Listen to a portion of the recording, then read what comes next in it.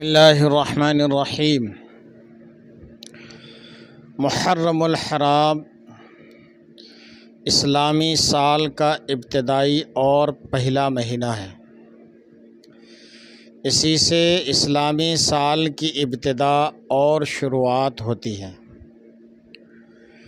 شریعت مطہرہ کے روح سے اس مہینے کی بڑی فضیلت اور اہمیت ہے۔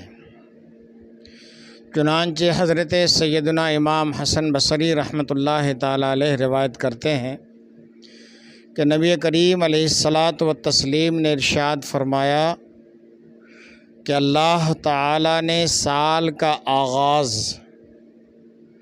حرمت والے مہینے یعنی محرم الحرام سے کیا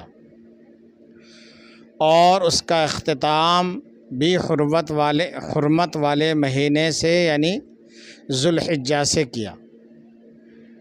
لہٰذا رمضان المبارک کے بعد پورے سال میں محرم الحرام سے بڑھ کر اللہ پاک کی بارگاہ میں زیادہ عظمت و فضیلت والا کوئی دوسرا مہینہ نہیں ہے۔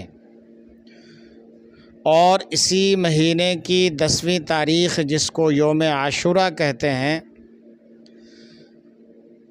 اس دن میں بہت سارے واقعات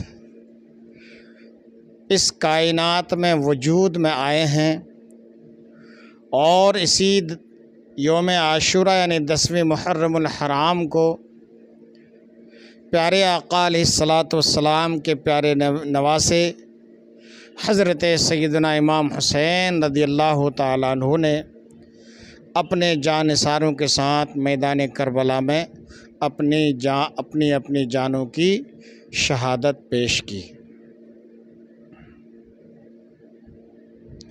بات تو پہلے